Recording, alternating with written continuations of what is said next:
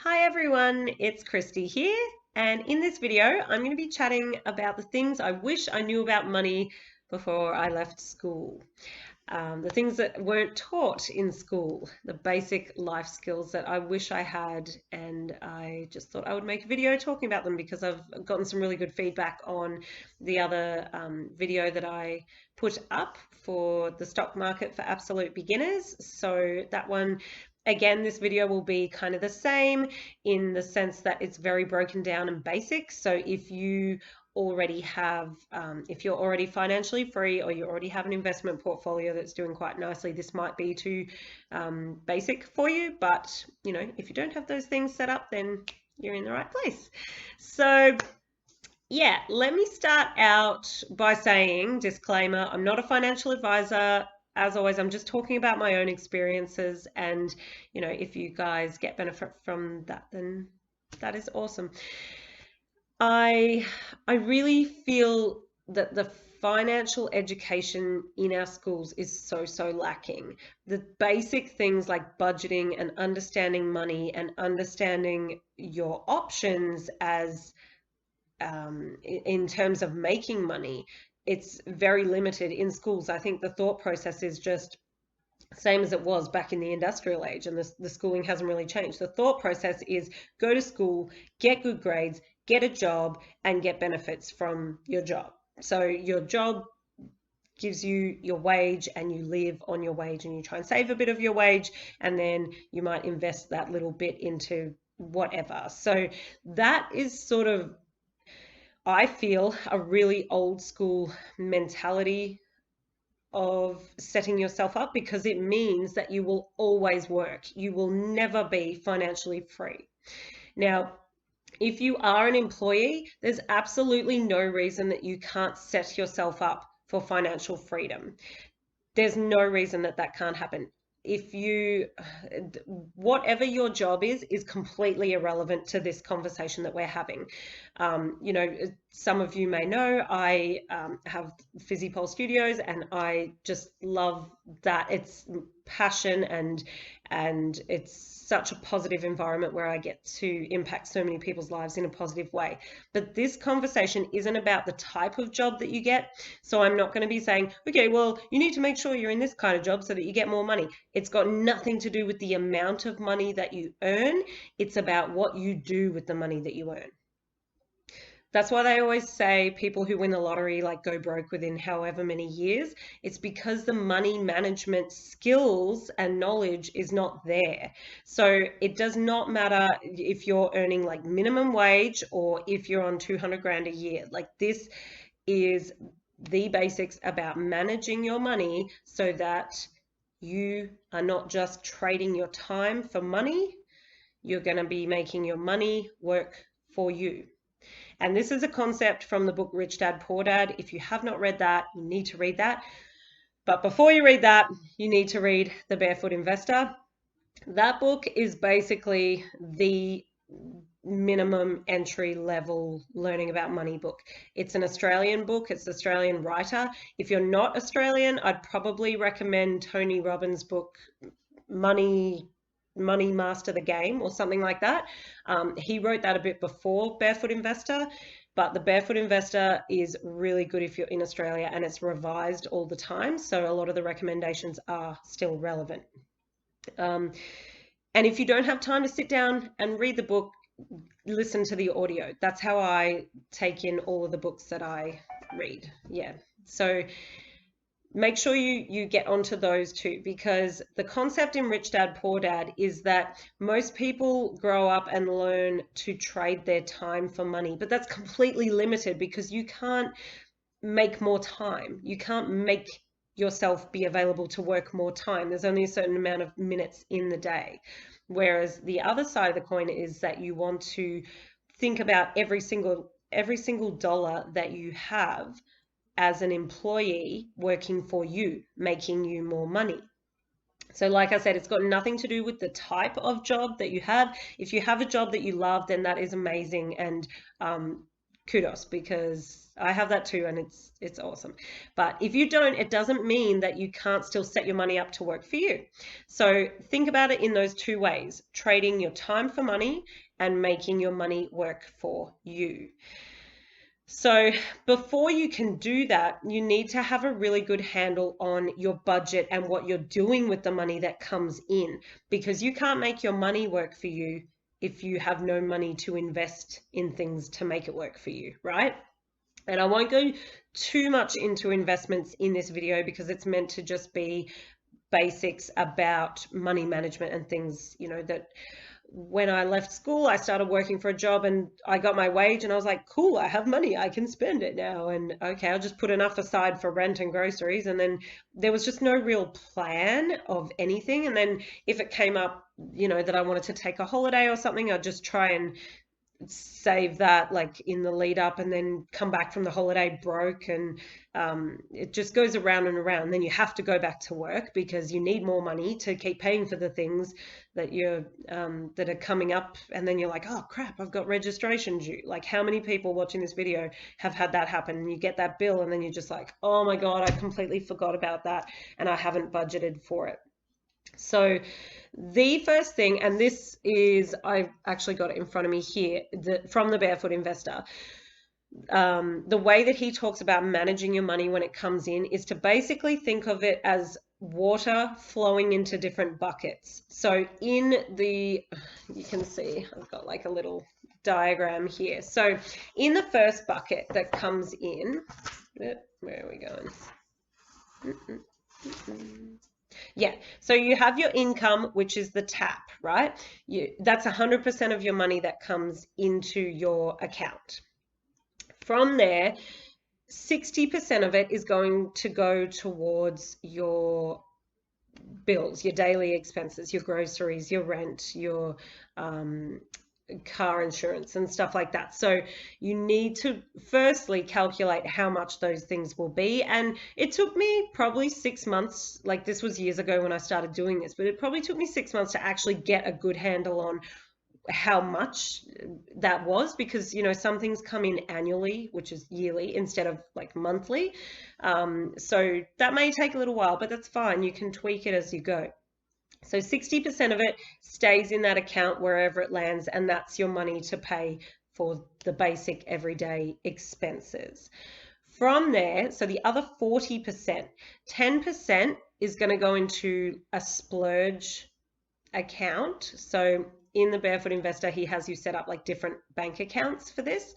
So 10% goes into a splurge account, and splurge is basically for anything that you want to splurge on. If you want a new top, go and buy it. Or if you want to go out for drinks with the girls or something, you go and do that, and that's your splurge money. If you want to go to the movies, anything that you just want to lash out and you get for yourself that makes you feel good, makes you feel like you're not just working to pay bills. So it's only 10%, so that may not be very much in the beginning, but that is okay.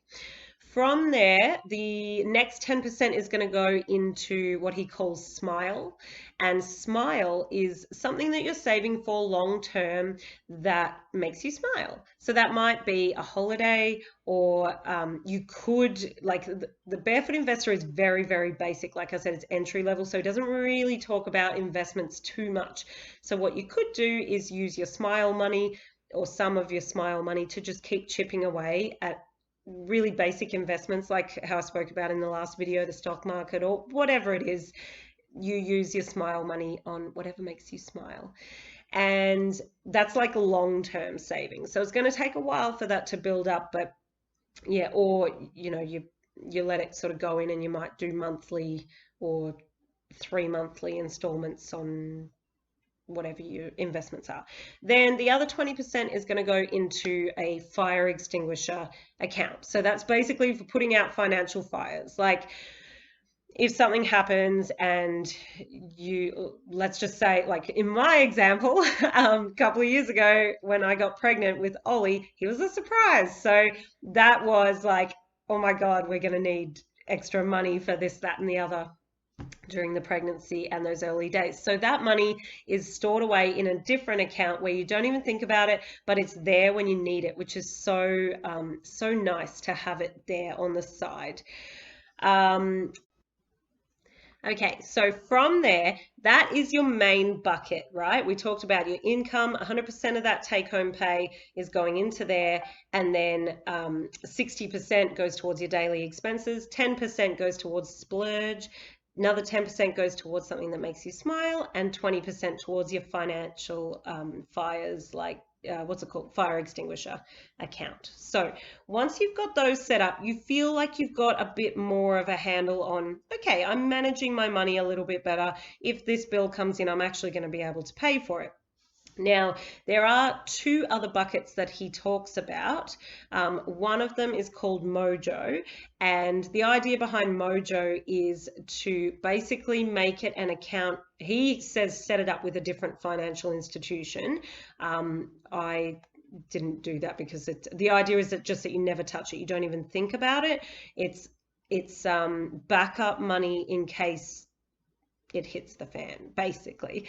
Let's just say your hot water service breaks or COVID happens and you can't work for a few weeks or whatever it is, but he recommends that you start with $2,000 in that account. And then he talks about that if you think you don't have $2,000 to put in that account, look around your house, put whatever you can on Gumtree or eBay or whatever it is, but round up $2,000, side hustle. What else has he got here? Sell your kidney. Don't sell your kidney, guys. I feel like I always have to put a disclaimer on everything on YouTube.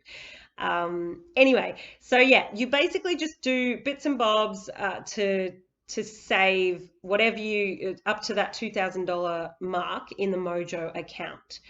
Later on, when you get more advanced in the steps, he recommends getting 3 months worth of living expenses saved in that account, which, you know, with COVID, actually you probably would have needed more. But if you got stood down or something, you would actually have the money there to do it.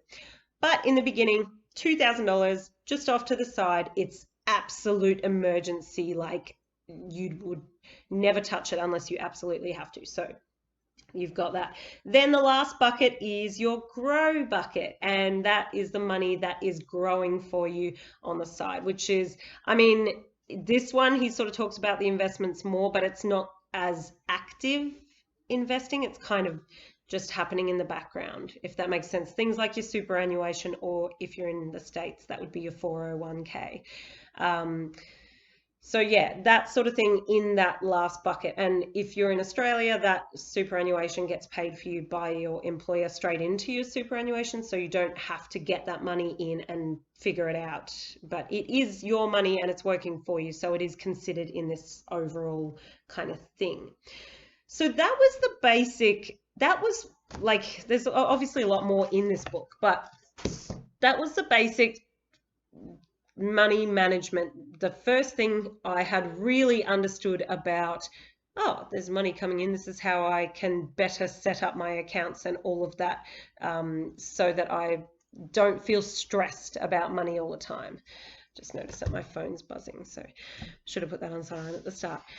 Anyway, so from there, hopefully that, you know, write it down. Hopefully that helps, because make a list of all of your expenses, get a handle on, you know, when I first worked it out, I was like, okay, we actually need more than 60% to pay for the, because we've got like school fees and the kids' clothes and stuff like that. All of that had to be considered in the daily expenses, and I needed to allow more than 60%. So you kind of tweak the buckets as you want to.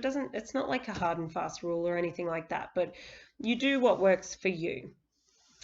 Yeah, so that was the first thing. And I think most people you generally understand those concepts, but until you actually sit down and put these steps in place, like I know my sister did this recently and just really got it like more concrete. It's not like she didn't know it before, but when she went through and put the steps in place and had those accounts working and the money directed, because you set it up as direct auto debits, right? Like everyone hopefully knows how to do that these days with your internet banking. and it's just all going automatically, and you feel so much more at ease about your financial situation. So that is, yeah, that's sort of the first thing. Then the other thing that I just wanted to briefly talk about is what I was saying earlier with the trading your time for money and having your money work for you. And I didn't really understand that that was a thing until I listened to Rich Dad Poor Dad. And then I realized, because I was sort of already doing it, like I do have businesses and that sort of thing that make me money with me not actually having to be in there every minute of the day. So I had that happening, but until I heard Robert Kiyosaki, who's the author, explain that you can be an employee and trading your time for money, but if you never set up anything over here, you will only ever trade your time for money.